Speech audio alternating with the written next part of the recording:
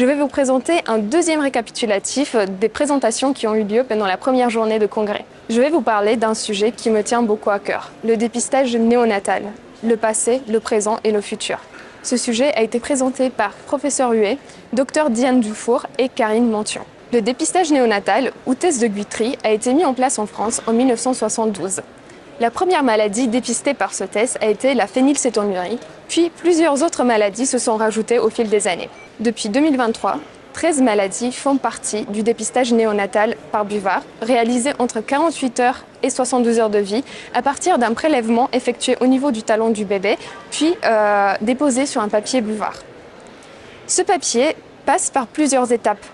Un délai d'acheminement au laboratoire d'environ 3 jours par la poste, une durée d'analyse de 2 jours avec 2 dosages si le seuil est positif sur le premier. Le délai des résultats est donc estimé à 7 jours avec une confirmation qui est estimée à 9 jours et une mise en place du traitement à environ 10 jours de vie.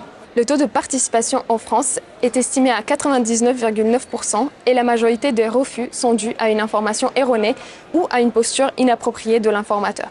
Ce dépistage a permis de tester 37 millions d'enfants depuis sa mise en place en 1972. En 2022, on compte 1290 enfants malades qui ont été dépistés, soit environ un enfant sur 654. Depuis janvier 2023, 7 maladies héréditaires du métabolisme ont été rajoutées au dépistage néonatal. Cela a permis une prise en charge rapide des enfants diagnostiqués et une baisse significative de la morbimortalité. Le message clé des présentateurs est que l'objectif ultime du dépistage est de diagnostiquer des enfants asymptomatiques porteurs de maladies graves qui sont dépistables par des marqueurs fiables et pouvant bénéficier d'un traitement efficace ou d'un protocole de soins validé. Les prochaines maladies envisagées pour le dépistage néonatal incluent le déficit immunité combiné sévère et la myotrophie spinale. Cette dernière maladie est déjà dépistée par analyse PCR dans certaines régions grâce à l'étude pilote d'EPISMA.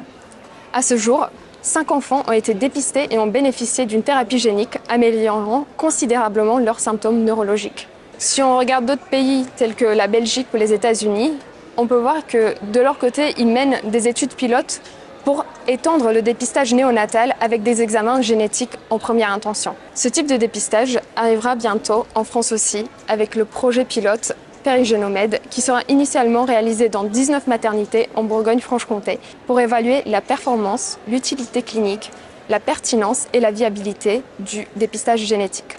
Des groupes de travail sont en cours pour établir une liste de gènes actionnables et traitables offrant un bénéfice substantiel pour l'enfant avant 5 ans. Et pour finir, je rappelle que la réalisation d'un dépistage néonatal impose de respecter l'intérêt premier de l'enfant.